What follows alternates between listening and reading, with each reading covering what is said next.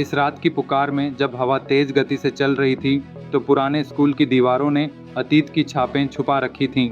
हर कदम के साथ सतर्कता जरूरी थी। प्रयाग का गंभीर चेहरा बताता था कि वे एक खतरनाक सफर पर निकलने वाले हैं। बच्चों का डर हर एक सांस में महसूस किया जा सकता था। जिया की कांपती आवाज ने सबको उस अंधेरे में एक अंतिम निर्णय पर पहुंचाया, हिम्मत से आगे बढ़ना होगा। जैसे ही वे स्कूल के मुख्य हॉल में पहुंचे, वहां का माहौल सन्नाटे से भरा था। एक पुराना लैंप धुंधली रोशनी फेंक रहा था, जबकि धूल और जाले सब कुछ काले रंग में लिपटे हुए थे। प्रयाग ने आरव का हाथ थामकर डर का सामना करने की प्रेरणा दी, यह कहते हुए कि असली योद्धा वही होते हैं जो डर से लड़ते हैं। हर्ष के द्वारा खोजी गई दीवार पर लिखी चेतावनी ने सभी की धड़कनें तेज कर दी। उस खामोश संदेश ने जीवन और मृत्यु के बीच एक अदृश्य रेखा खींच दी थी। फिर अंधेरे तहखाने में प्रवेश करते ही उस रहस्यमय आवाज ने घेर लिया। पूरी दुनिया ठहरी हुई थी और सभी ने एक टीम की तरह साथ रहने की कसम खाई।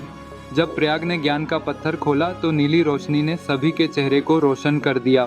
अन्विता की चेतावनी ने यह स्पष्ट कर दिया कि यह केवल शुरुआत थी। साया का प्रकट होना और तान्या का लापता होना एक खतरनाक मोड़ बन गया था। तब प्रयाग ने उस साय का सामना किया और ज्ञान के प्रकाश को अपने में समेट लिया। यह पल शक्ति का प्रतीक बन गया। नीली रोशनी ने अंधेरे को साध लिया और सभी ने एक बार फिर जीने की उम्मीद की। लेकिन अन्विता का रहस्य और उसका दूर रह जाना उन सवालों का सामना करवा रहा था जिन्हें उन्होंने खुद से नहीं पूछा था। उनकी मुस्कान एक संकेत थी, यह दर्शाते हुए कि यह तो बस एक नई यात्रा की शुरुआत है।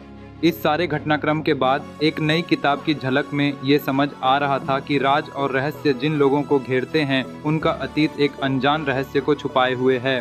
प्रयाग मिश्रा का राज उसे वर्षों से छुपाए हुए अब सामने आने वाला था। यह केवल एक अगली घटना थी जिसने सबको एक नई दिशा की ओर मोड़ दिया।